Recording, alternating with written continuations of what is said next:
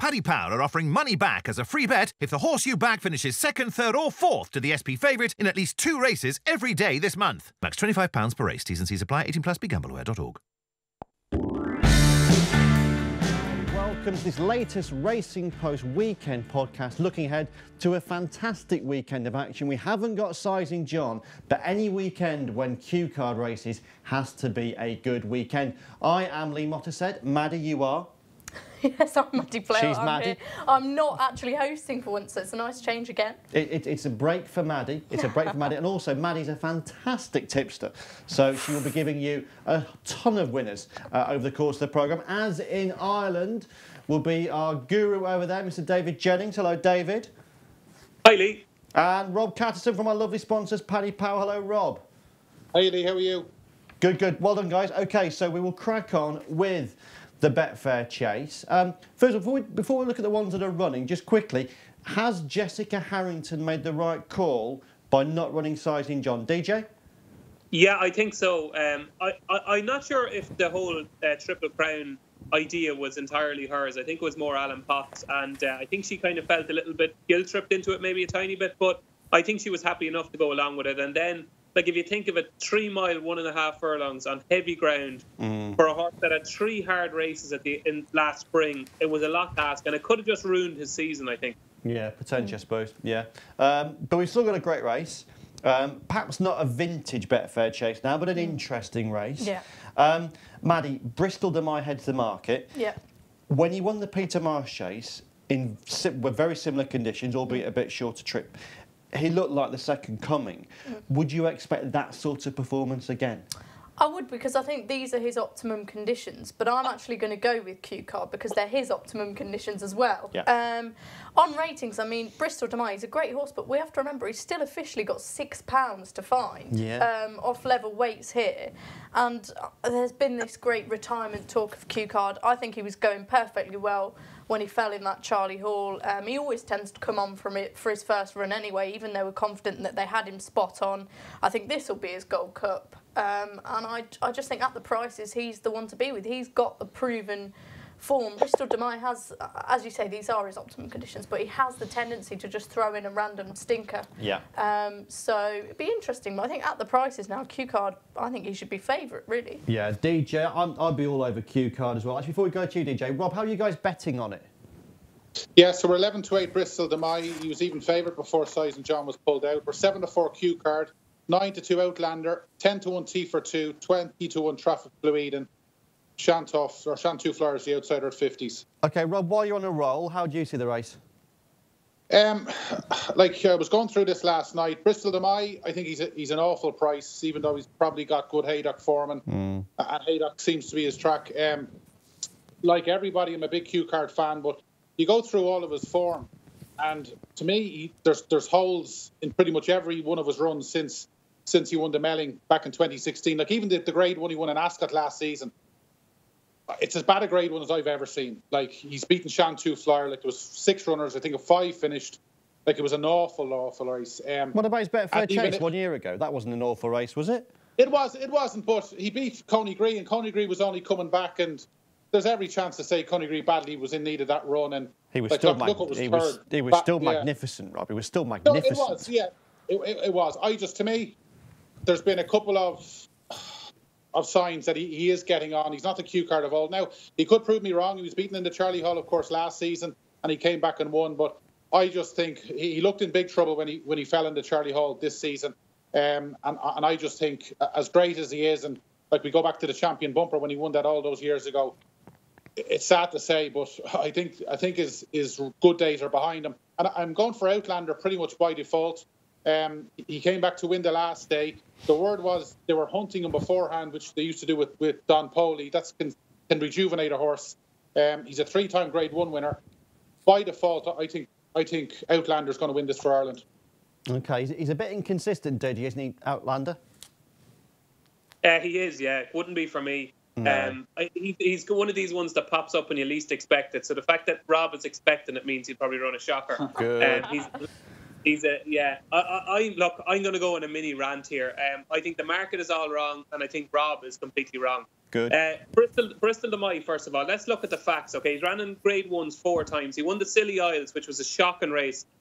He won. That was his only Grade 1 win over fences. He beat Asdemi. Asdemi is very moderate. Then he was second to Black Hercules in the 2016 JLT. Turned out to be a pretty mediocre race. He was beaten 20 lengths into 7th by Sizing John in last year's Gold Cup. And he was 5th, beaten 25 lengths by Tifert 2 at Aintree. So there is 4 runs in Grade 1s, and he's been found out. He was hammered by Native River in the Denman Chase when he had no excuses on soft ground at Newbury, a track that he should have liked. And even if you go back to his 2 wins at Haydock, in the Peter Marsh that day, only 6 of the 14 that started finished. He only carried 11-2. I don't know. I think Bristol Demai, for all that he's very good on heavy ground around Haydock, he has plenty to prove, and the ratings tell you that.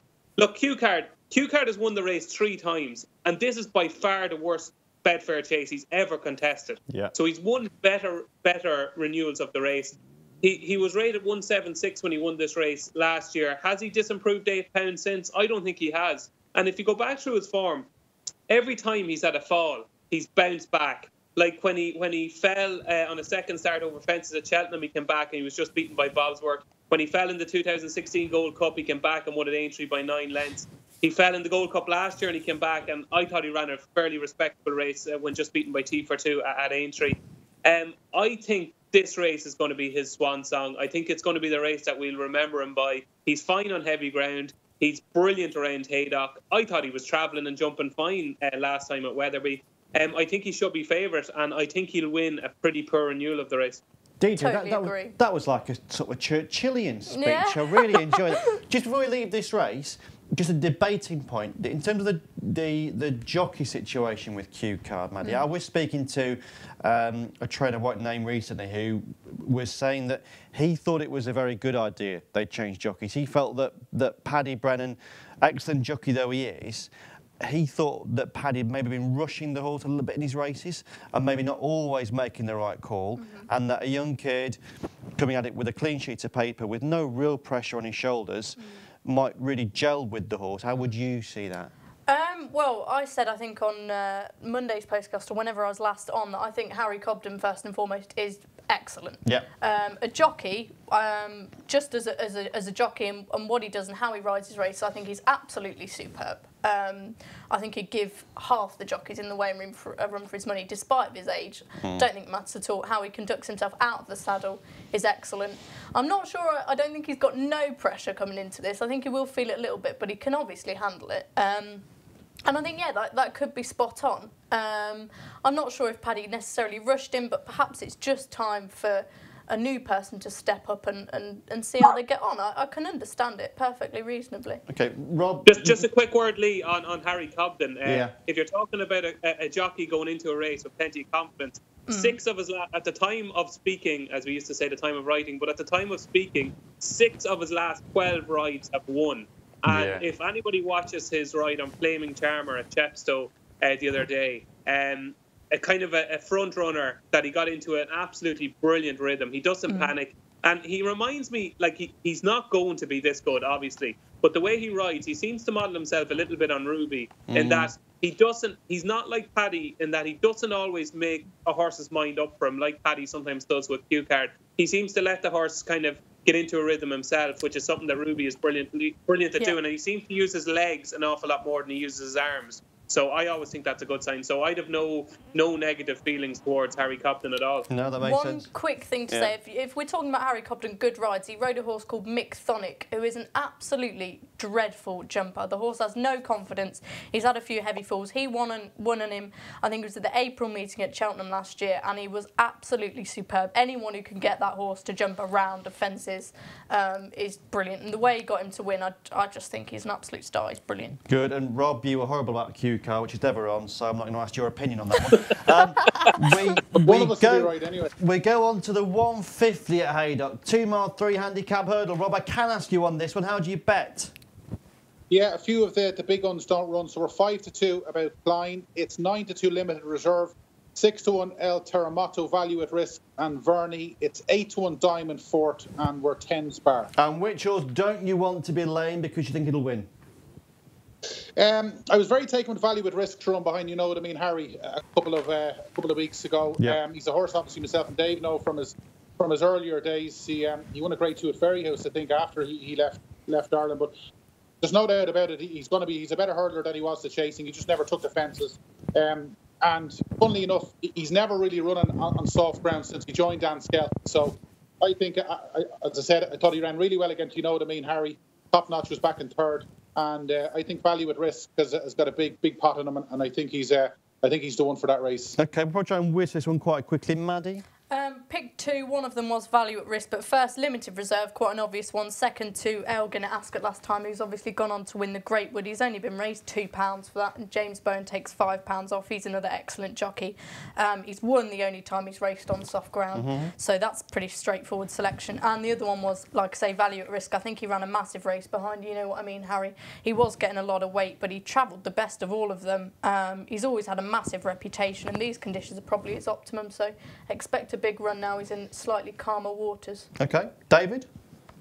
Bizarrely, Lee, I have no real opinion on the race. The one thing I will say with value at risk, he's by far the most talented horse in the race, and he's by far the best handicapped horse in the race, but you just can't rely on him, so it'd be a no-bet race for me. Okay, we'll go on to the 225. David, you gave us a wonderful piece of oratory on Q card there. Have you got a similar strong opinion about the change of the Stayers Handicap hurdle from a fixed brush race to one of the conventional flights of hurdles? I can't, but the only thing I will say is, let me see exactly what date it was. From the 14th of March 2017 to the 25th of November 2017 is a long time, and I've been waiting for a long time for a horse to run here, and I am absolutely thrilled that it's not a fixed brush race anymore, because he's possibly the worst jumper of a fence I've seen in a long time. Can I reveal my selection? Go on. It's Champers on Ice. Champers on Ice. Champers on Ice was my banker of the Cheltenham Festival last year in the 4-miler. And if anybody got to see that embarrassing round of jumping from him, he should have been ashamed of himself. But the thing is, this horse is extremely talented. And straight after the race, you probably won't believe me, and most people will think I made this up, but I remarked to a colleague in the press room in Cheltenham, I really hope they come back in 6 months' time for the Betfair fixed brush handicap hurdle, because I think he'll take some beating once he goes back over hurdles. No, David Pipe stop it! I swear on my life, and which is not really swearing on a lot, but No, I think don't do yourself down. You're valuable. David Pipe won this race in 2010 with Grand Cru. He won it in 2011 with Dynast, and he won it in 2013 with Jean-Bray Chambertin. Similar enough types. If you go back to Champers Nice's run in the Albert Bartlett, he was beaten less than 3 lengths into third by, you know what I mean, Harry. Barter's Hill was fourth. Galway Plate winner Balco de Flo was fifth. Batchison was behind. Shantou Village, West Approach. It was a pretty decent race. At the time, we didn't know how good it was because it turned into a war of attrition. But Champers on Ice cannot jump fences. He just can't. He's blinkered for the first time here. He's got deep ground on a flat track. He's been aimed at the race, and he's down to a mark of 143 over hurdles. I think his whole season revolves around this race. David Pipe, he's had 3 winners and 3 placed horses from his last 13 runners. I think if this isn't the day for Champers on Ice, I would completely wash my hands of him. But I'd be disappointed if he's... Well, I'll tell you what, as well, going back to MC Pipe's days, when a pond house horse in a big race had headgear for the first time. Yeah, as well, blinkers for the first time. Generally a good sign. Rob, what price will you be paying DJ out on Champers on Ice? Well, he'd be paying me 12 to 1 because I took it earlier in the week. Oh, 12 to 1. What is it now, Rob? Well, he's 8 to 1 now, but after what DJ said, he's probably already shortening in price. That was he's like 16s now. It's probably listening to Paul. That's like listening to Paul Keeley. He sort of changed my view on the race. Yeah, he makes a great case. I thought La Roche down the bottom had a chance. You go back to his novice hurdle form. He's got a really good shout. He obviously had problems. He was on the sidelines for a while, but from his French days, he'll love this ground. He's got really good form in France, and he's a half brother to Holy Roy, who has won a point-to-point over 3 miles and has won over hurdles over 2.6. So this lad should stay, and he might be running for second now after what DJ said about Champers on Ice, but I think down towards the bottom of the way to give him a good chance. There's good money for second anyway, Rob, so he'll be all right. Yeah. Maddie, what do you think? I like No Hasselhoff. I think he's around 8-1. He was placed in 2 Grade 2s last season. He ran really well, sort of looked a bit of a shell of a horse. He maybe needed it on reappearance at Uttoxeter, but he still won really nicely and he remains on a good mark. He's only 5, as I say, travels really well. And he's twice a winner on soft ground. I think in this ground, I take David's point, and Champers on Ice is probably the most interesting of them. But I like to have a bit of a fitness edge, just so that's something that I can be happy that, you know, he's definitely going to run a good race. So No Hasselhoff for me, and I do think Temple Ross, I think he's about 16s, he's worth a mention. Connections are convinced he wants 3 miles and soft ground. He has won on heavy ground. He was 2nd in the Lanzarote and 3rd in the big handicap at Ascot last year. I think he wants a more testing track. He's been chasing again, so he's going to be fit. And Nigel Twiston-Davies can do no wrong at the moment. So Temple Ross maybe to run on into a place behind probably Champers on Ice now that we've had that rendition from DJ. There's good money. There's good money for 3rd as well, actually. You're very generous, David. You're very generous. Before we go to commercial break, guys, quickly, because we've got lots still to get through. The 3:35 at Haydock, the last ITV race on Saturday. Anyone got a strong view or a big tip? 2 again, sorry. Yeah, that's all right. Ballymallin won on his debut at Worcester, beating Night of Noir, who went on to win a decent race at Chepstow on his next start. The 4th, Monbeg Chalmers, also won. Ballymallin struggled behind Black Courtney at Cheltenham last time, but that horse has obviously gone on and won since, beating West Approach and Co.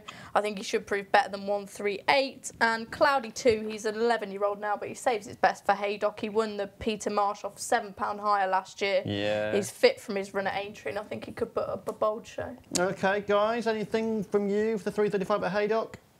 Yeah, I like the bottom horse, Cataman de Sol. He loved this testing ground. He stays really well. He had a tough race in air 10 days ago when he just managed to win. But Brian Hughes, he's 2 from 2 with Dr. Richard Newland this season. He's had 12 winners in the last 2 weeks, and this lad gets in off bottom weight. He's about 10s.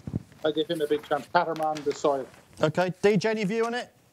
No, I spent too much time making my case for Champers and Ice. Well, you did it beautifully. I enjoyed it greatly, and it takes into a commercial break after the competition result. People now in suspense waiting for this one. The winner from Monday's Postcast is Paul from Burton-on-Trent. We never say which, I mean, because there could be like 3 or 4 Pauls from Burton-on-Trent entered this. Well, there are now 3 Pauls in Burton-on-Trent thinking, yeah, and they're just going to be disappointed. So if you are the Paul from Burton-on-Trent, your account is now £25 boosted with Paddy Power. There'll be another chance to win 25 or 25 euros on Monday's show. Next up, commercial break.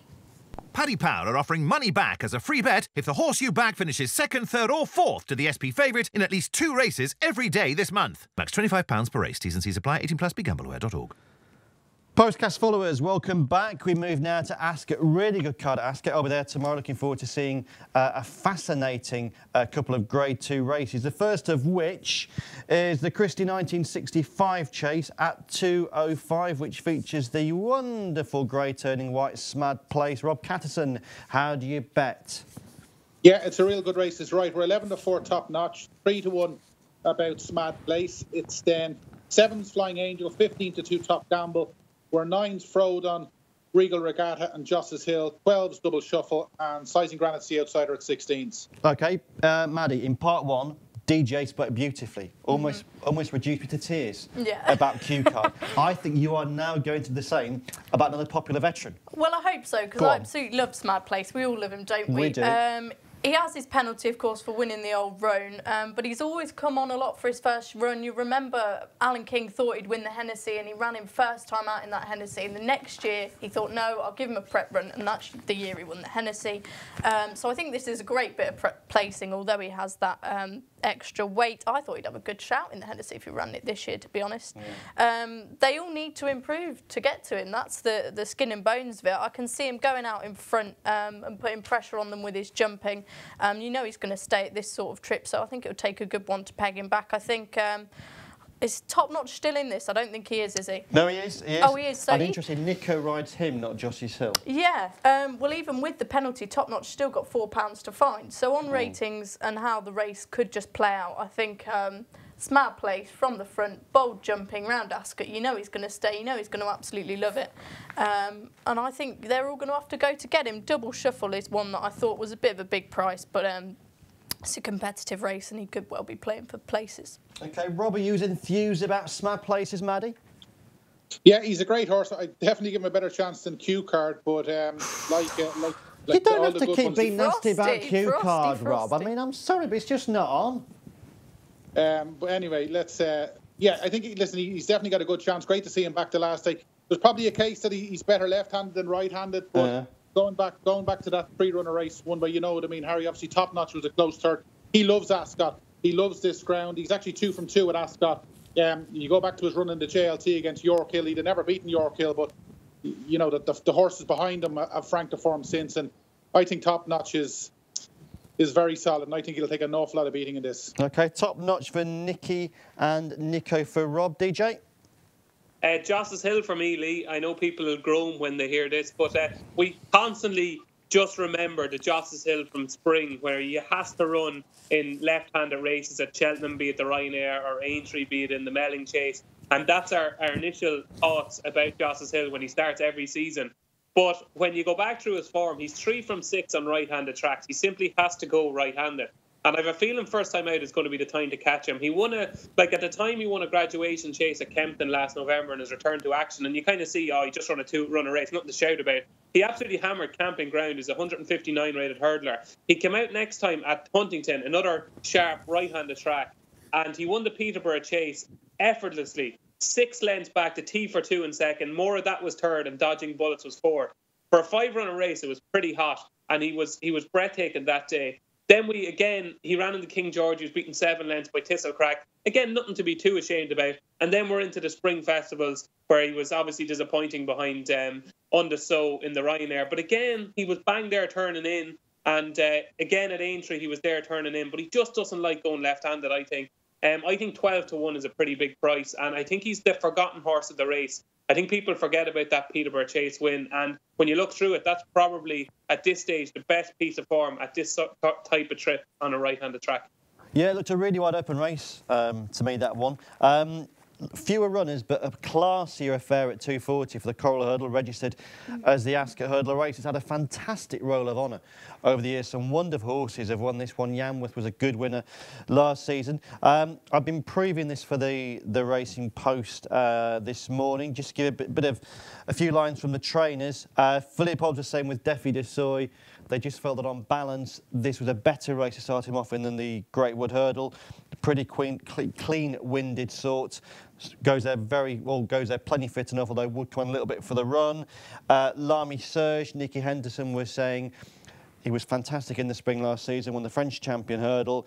They see him now as a 3-miler, but Nicky said if he ran over 3 miles first time out, he would tank like no one's business. No one would be able to hold him. They hope that over this trip, first time out, they'll go a bit quicker. He'll be able to settle. And I spoke to Andy Smith, one of the owners of Little Rockefeller, who was making the point that they reckon the horse will have come on a lot for his Weatherby run, and that they will try and test the stamina of Defi de Soy. It's a real humdinger. Rob, how do you bet? Yeah, this is going to be an intriguing race tactics-wise. We're 8 to 11 about Defi de Soil. We're 130 Lamy Surge, 7 to 2 Little Rockefeller, and then you got the 2 rags, Dick Osimo's 33s, and Wakia is 40s. OK, Rob, I know that Maddie and DJ here will take a differing position. So before we get their differing positions, what's your position? Does it differ? It's definitely going to be a race where we're going to see how good Defi de Soil is. Like Little Rockefeller, we know front runs, but Wakia won't be hanging around either. And given that this is 2 mile 3, he's going to have to be ready to win this. Incidentally, only one of the last 4 Triumph Hurdle winners have won first time out the following season. So to me, he's going to be above average to win this. I think Little Rockefeller, with the benefit of a run, could give him plenty to think about, and I think he might just lower the colours of last year's Triumph Hurdle winner.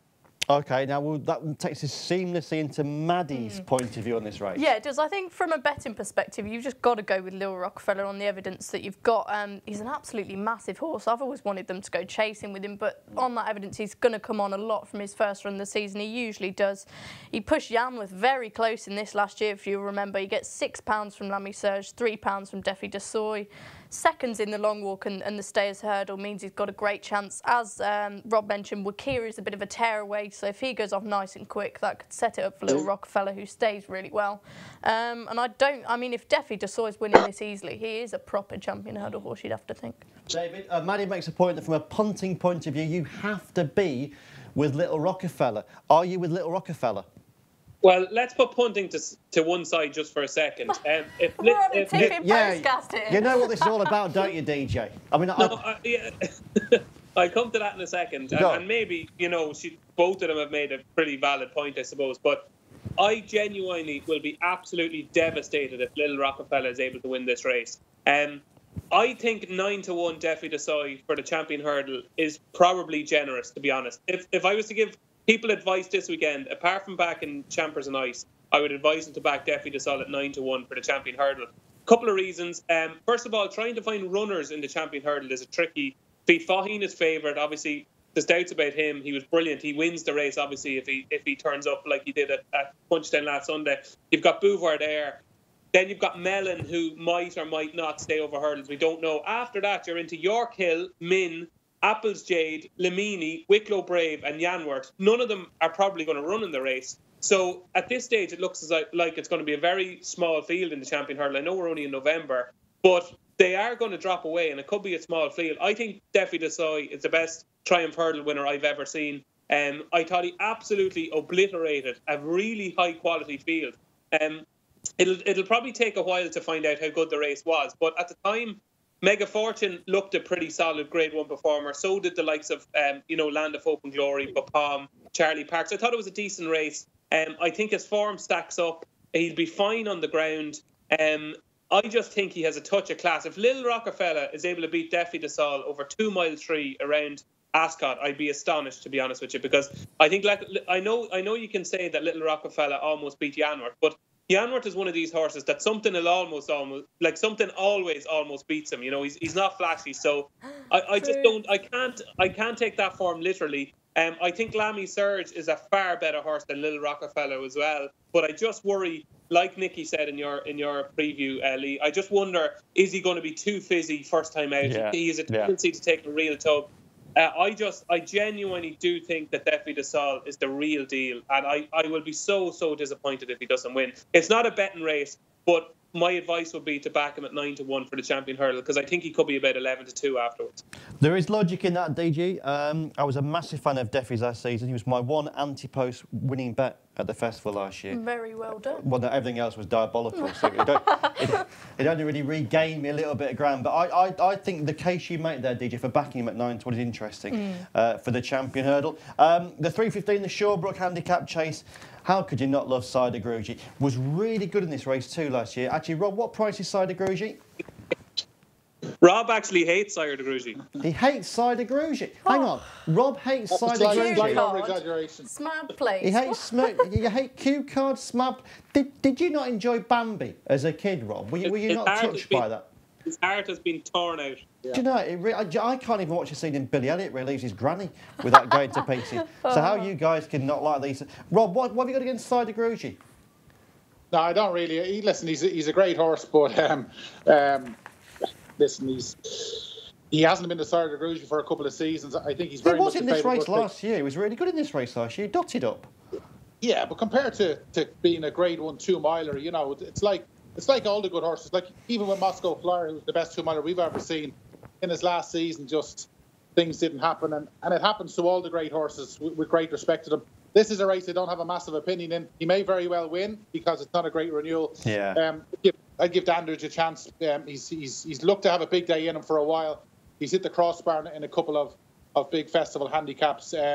He mightn't like the ground, but I think the fact that Arthur Moore's sending him over, he might be valuing in what's a weak renewal. But listen, I'd be the first to be clapping if Cider Grugy managed to win this, as I would with Q-Car, by the way. Good man, well done, Rob. You sort of partly salvaged the situation there. Maddie? No, similar. I've not got a massive opinion on this. I do like Quite by Chance, though. I mean, he's £3 higher than when chasing home Cider Grugy in this race last year. But Cider Grugy isn't getting any younger. As we've said, Quite by Chance, he saves his absolute best for this track and this trip. He ran a great race, travelling really well on reappearance behind Exitas here. He should be a lot sharper now, and he's got it all to do, but he just loves Ascot, so why not chuck him in there? OK, DJ, and the winner is? The winner is San Benedetto. I can't believe he's only gone up £2 for finishing second for Little Log in the Halden Gold Cup. Like, there were 25 lengths clear of the third that day, and Garde La Victoire was fourth. This is a real improving 6-year-old. The rest of them are all on the way down. This fella's on the way up. Bryony Frost takes off £5. He was brilliant at Ascot in April, where he beat Imperial Presence by 7 lengths that day. I think the handicapper is kind of, not taking his form of face value when he actually should. This is third run of the season. Everything is in his favour. He should be favoured. OK. You're on form today, aren't you, David? You're really roused. Yeah, none of these will win. Before we get your naps, anything else around those two tracks, Ascot Haydock, or anywhere else on Saturday that you like? Anybody? Maddie? Hang on a minute. Who's going to go first? I'm not bothered, I'll wait. DJ, go first then. I think Clandas Obo will win the 115 at Haydock. I think a flat track is his bread and butter. I thought it was a really perfectly respectable comeback behind Whisper. He looked the winner. He was the moral winner of that race. He looked the winner for a long way. I think races like these he's going to mop up. He's a good jumper. He's a 5-year-old. I think he has a future ahead of him, and I think he'll win the 115. OK. Clonizo in the £50,000 graduation chase, my word. Maddie? 12.55 at Ascot. Deauville Crystal. She's a filly that improved no end over hurdles at the end of last season. I was slightly frustrated when she went over fences because she gets all those allowances as a 4-year-old filly. I expected a bit more, but last time at Sandown behind a really good horse of Nigel Twiston-Davis's called Jameson, she was ridden out the back, almost like a bit of a no-hoper in a way, but she caught the eye staying on well. This is her first attempt at 3 miles, and I think the step up in trip could see her go well. Again, just with that massive weight pull, it's very, very tempting to me. OK, excellent, guys. Have we reached the point where we're happy to give your naps now? This will not be beaten. Well, the producers played the jingle now, so you've got no choice. You've got to give us your naps. Who wants to go first? Rob, go first. Right, top notch in the 205 at Ascot. I think you'll make it 3 from 3 at Ascot, top notch. OK, Maddie? Gautreau Joe is in the 12 at Haydock. He should have won his second point when he fell. He probably needed the run on his rules debut at Warwick, where he was hampered twice in the first 2 furlongs and he was way too keen. He was thrown into the deep end at a maiden hurdle at Cheltenham last time. They didn't go a great gallop. He was held up. I think Harry Skelton was trying to get him to settle. But the progress he made, the key thing here is from just before 2 out, he was absolutely electric. By that time, the leaders were already away. The winner, Slate House, has since gone on to win that Grade 2 at Cheltenham. And Dons Levent, who he only just was behind in second, has won by 6 lengths at Market Raisin yesterday. Gautreau Joe. I think he'll be a good price as well. Good, strong case. And DJ? Champers on Ice, 225 Haydock. If you hadn't done that one, then whatever you did do would have been like a monumental now, wouldn't it? Yeah, I've been waiting on this for a long, long time, Lee. Oh, do you know, I'm going to enjoy this one for you tomorrow, DJ. Fingers crossed for him, fingers crossed for all the naps. One more commercial break. Paddy Power are offering money back as a free bet if the horse you back finishes second, third or fourth to the SP favourite in at least 2 races every day this month. Max £25 per race. T's and C's apply. 18 plus. BeGambleAware.org. Hi there, this is your weekend postcast looking at Sunday with myself, Lee Mottershead, Maddie Plale, David Jennings and Rob Catterson, and we reach Navan on Sunday. And the Monksfield Novice Hurdle, DJ, this Sam Crow, is he as good, do you think, as Gordon Elliott has been billing him? Because he's been talking about him like he's Arkle, Millhouse and Sprinter Sacre rolled into one. He's better, Lee. Really? He's better, yeah. I know he's obviously not better than Arkle or Millhouse, but I think he could be even better. I think Gordon is so excited he's even trying to play him down, to be honest with you. I interviewed Brian Cooper for next Sunday week's Big Read, and I said to him, since he got sacked from Gigginson, I said, of all the horses, which are you most... That's a bit like DJ. I don't know if you had it now, like Bullseye, Jim Bowen. used to end it when they didn't get the star prize. Here's the one you could have won. And it was a boat. It was always a boat. It was often a speedboat, which if you lived in Leeds wasn't a huge amount of use to you. So I said to him, of all the horses that you're missing out on, like, what I meant was, like, basically Apple's Jade, the horses that, like, he has won on and that he has an association with. I said, which one are you most disappointed about getting off? But without even finishing the question, he goes, oh, God, Sam Crow. Oh, Sam Crow. Like, he just, like, even him, who has never ridden the horse in public, said Sam Crow. He's just a gorgeous specimen of a horse that seems to have every single attribute you need from a horse. Look, there's no point spending too long. Like, I talk forever, but there's no point talking too much about this horse because he's just a superstar. He'll win. We won't find out how good he is until he runs properly in the Neptune at Cheltenham. And until then, I expect him to keep winning. OK. Rob, do you agree? Yeah, without a doubt. I've never been one to jump on the bandwagon with all these Gordon Elliott novices. I wasn't a massive Don Cossack fan in his earlier days and all these, but this is the first horse. You're not a fan of any horse, are you? No, but like, you know, I'm not the one who takes sentiment and I don't jump on the bandwagon, and I'm not one who, you know, takes into hype and stuff like that. But I know he only won a Mickey Mouse race in Punchestown the last day, but the gears he showed when Jack Kennedy gave him a squeeze turning in, I was blown away from him. I backed him straight away. He's in loads of different Cheltenham anti-post bets because to me he's the real deal, and I just hope everything works out with him because like we'll have many Irish bankers at Cheltenham, but this lad will be as good a banker I think as we've had in a long time if he lines up on the Wednesday. Great, Can I just interject and say I noticed that Death Duty won this last year. Which race do you guys think he's going to go for? Neptune or Albert Bartlett? Neptune, yeah. Neptune, I think Neptune. Neptune written all over him. Yeah. Sam Crow, he's got the speed, hasn't he? The way he's spoken about him, you wouldn't run him in a 3-miler, would you, surely? Yeah, no, he's plenty of speed, and I just don't know if a Supreme just might be early doors. Like, he's a 3-mile point-to-point winner in heavy ground. He beat Elegant Escape that day of Blizzards. But I just think the Neptune is tailor-made for him. Yeah. OK. Navan, the sort of standout race on the card is the Ladbrokes Troy Town Handicap Chase. DJ, before we get the price from Rob, is Acapella Bourgeois just too obvious? I think so, actually. He's not a horse I like for a couple of different reasons. He could, like, his performance last year at Navan in a Grade 2 Novice Chase was arguably one of the most impressive performances anywhere of the entire season. Beat Cheltenham, Aintree, anywhere. It was phenomenal what he did. But he's a headbanger. He could, like, he basically, he'd go off out in front, and if he doesn't get into a rhythm, I'd really worry for him. He could win, and I know Rob next to me will probably put forward the case that he should win. But Acapella Bourgeois has been talked about for this race for a long time. And the net result of that is that a lot of horses are creeping in under the radar and are too big of a price. And the main one there, I think, is Mala Beach from the Gordon Elliott stable. Gordon Elliott's won this for the last 3 years in a row. He won it with Balbriggan.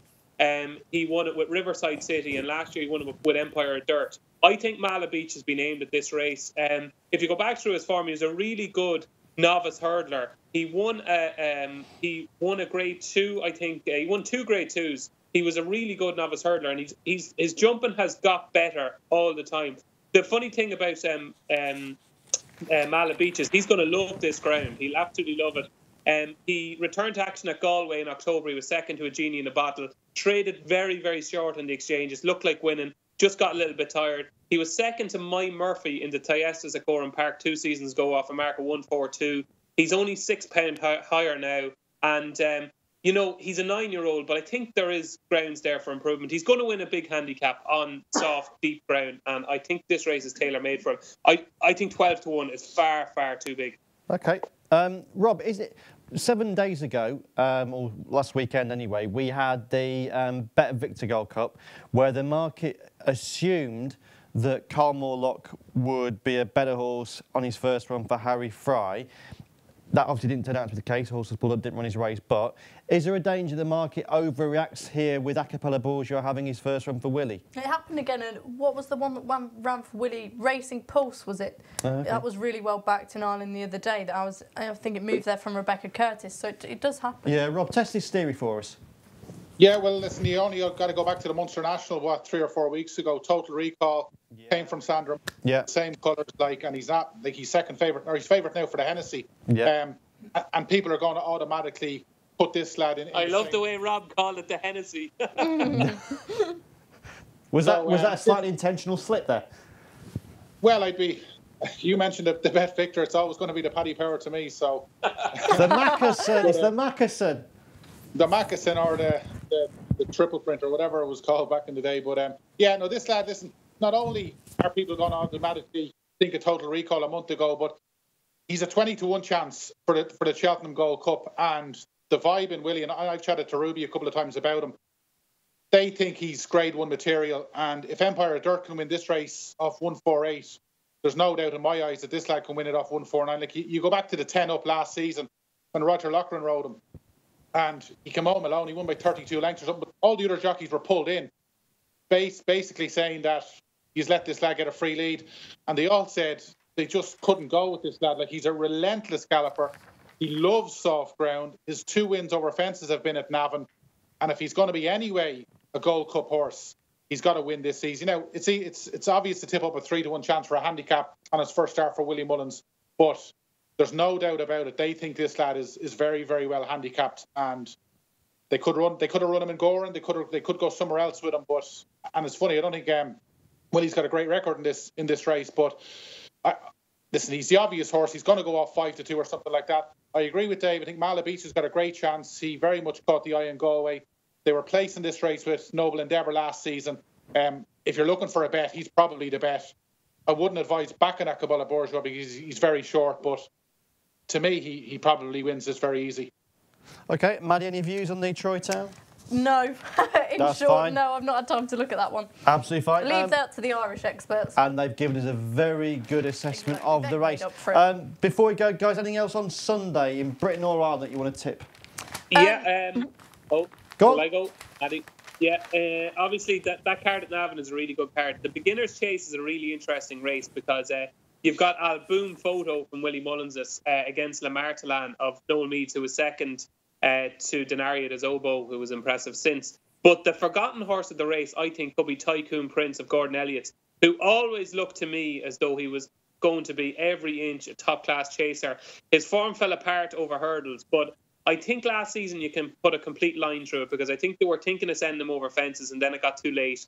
I always thought he would develop into a grade 1 chaser. It's probably far-fetched to think he can be now, but I do think that Alboom Photo will be favoured and Lamartelan, them two will be fighting it out for favouritism, and Tycoon Prince might just creep in under the radar. Apparently he's working very well, so I wouldn't put anybody off, just chancing Tycoon Prince in the 205. Okay, just a name from anybody else? It's not so much a name, but it's a race, the 225 Exeter. 4 runners, but what great 4 winners they are. Flintham, Brelham, Dars, Jewel at Dawn and Impulsive Star. That should be a really nice novice chase, even though there's not many of them.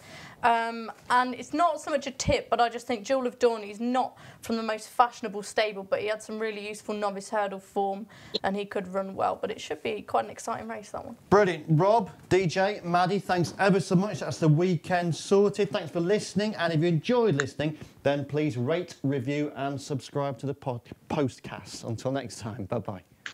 Paddy Power are offering money back as a free bet if the horse you back finishes second, third or fourth to the SP favourite in at least 2 races every day this month. Max £25 per race. T's and C's apply. 18+. BeGambleAware.org.